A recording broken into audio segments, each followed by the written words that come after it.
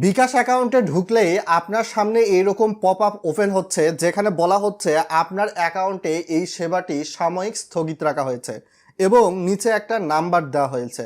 সোজা বাংলায় আপনারা যারা বিকাশ ইউজার রয়েছেন তাদের কিন্তু এই বিকাশ অ্যাকাউন্ট থেকে ব্যাংক অ্যাকাউন্টে এনপিএসবির মাধ্যমে ফান্ড ট্রান্সফার বা অন্যান্য মোবাইল ব্যাংকিং অ্যাকাউন্টে ফান্ড ট্রান্সফার করতে পারছেন না। তো এরই বিবেচনায় আমি নিজেও প্রবলেমে পড়ছিলাম। তো বিকাশের সরাসরি অনলাইনে তাদের সঙ্গে চ্যাট করেছি এবং এই সমস্যাটার সলিউশন কি তারা দিয়েছে চলুন ভিডিওতে বিস্তারিত জানিয়ে দিই। তাই অবশ্যই ভিডিওটা লাইক করে চ্যানেলে নতুন দর্শক হয়ে থাকলে সাবস্ক্রাইব করে দিবেন বন্ধুরা। তো বিকাশের কর্তৃপক্ষকে মেসেজ দেওয়ার পরে তারা বলেছে আপনার ফোন নাম্বারটা দেন এবং তারা চেয়েছে অনুগ্রহ করে কিছুটা সময়। এরপর বাংলাদেশ ব্যাংকের নীতিমালা অনুযায়ী বিকাশ তার গ্রাহকদের লেনদেন নিয়মিত পর্যবেক্ষণ করে থাকে। এরই ধারাবাহিকতায় সাম্প্রতিক আপনার অ্যাকাউন্ট থেকে কিছু অস্বাভাবিক হিসাবে লেনদেন বিবেচিত হয়েছে, তাই সাময়িক সময়ের জন্য আপনার এনপিএসবি ফান্ড ট্রান্সফারটা স্থগিত রাখা হয়েছে। সোজা বাংলায় অনেকেই কিন্তু বিকাশের ক্যাশ আউট হাজারে 15 টাকা 18 টাকা 50 পয়সা এরকম হওয়ার কারণে এই টাকাটা সরাসরি ব্যাংকে ফান্ড ট্রান্সফার করে 8 টাকা 50 পয়সার মতো চার্জ কাটে। তো তার পরবর্তীতে হয়তো বা ব্যাংক থেকে টাকা তোলে বা কার্ডের মাধ্যমে এটিএম থেকে টাকা তোলে।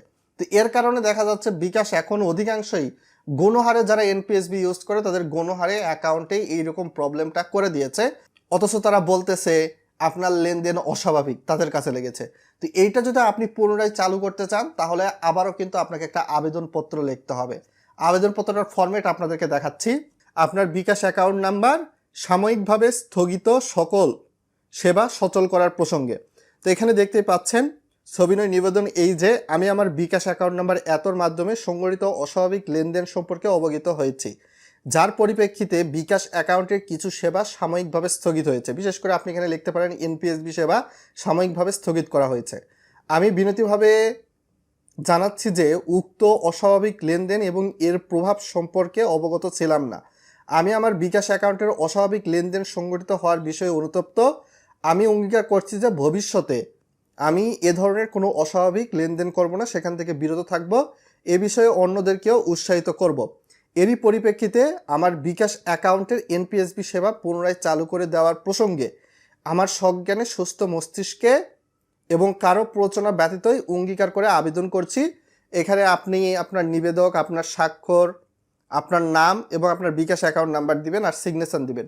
তো এই আবেদনটা অবশ্যই আপনি হাতেও লিখতে পারেন বা অনলাইনে যদি মনে করেন কম্পিউটার দিয়ে প্রিন্ট আউট করে নেবেন সেটাও করতে পারেন। করার পরবর্তীতে বিকাশের যে সাপোর্ট সেন্টার রয়েছে প্রত্যেকটা জেলায় দেখবেন যে হয়তোবা অনলাইনে সার্চ দিবেন যে বিকাশ কাস্টমার কেয়ার, আপনার জেলায় কোন জায়গায় বিকাশের কাস্টমার কেয়ার রয়েছে, আপনি কোন উপজেলায় বা থানায় বসবাস করতেছেন, তো সেইখানেই সরাসরি চলে যাবেন যার নামে বিকাশ অ্যাকাউন্ট, সেই ফোন নাম্বার এবং সেই ব্যক্তি এবং তার এনআইডি এই আবেদনপত্রটা নিয়ে এর পরবর্তীতে বিকাশ কর্তৃপক্ষ কিন্তু পুনরায় আপনাদের এনপিএসবি সেবাটা আবারও চালু করে দিবে।